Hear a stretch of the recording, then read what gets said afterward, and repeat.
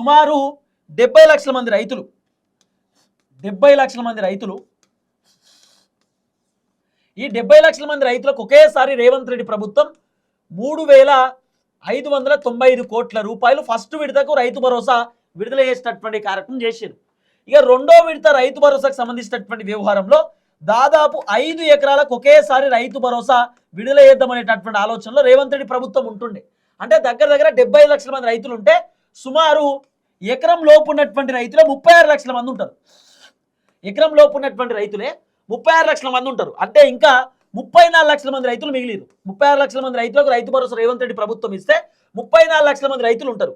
ఈ 34 లక్షల మంది రైతులలో దాదాపు 5 ఎకరాల కంటే లోపు ఉన్నటువంటి రైతులు 24 లక్షల మంది రైతులు ఉంటారు. ఈ 24 లక్షల మంది రైతులకు ఒకేసారి రేవంత్ రెడ్డి ప్రభుత్వం 3,500 కోట్ల రూపాయలు బడ్జెట్ కేటాయించి 5 ఎకరాలకు ఒకేసారి వేద్దామనేటటువంటి ఆలోచన చేస్తుండే.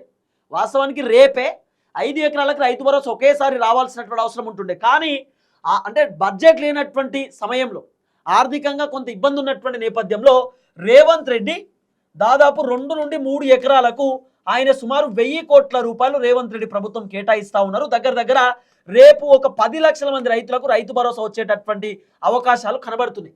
2 నుండి 3 ఎకరాలకు రేవంత్ రెడ్డి ప్రభుత్వం రేపు రైతు భరోసా డబ్బులు అకౌంట్లో వేసేటటువంటి కార్యక్రమం చేయబోతున్నట్టు. అంటే దగ్గర 2 నుండి 3 ఎకరాలకు 10 లక్షల మందికి ఎకరానికి 6,000 రూపాయల చొప్పున మీ అకౌంట్లో డబ్బులు జమ చేసేటటువంటి కార్యక్రమం చేస్తారు.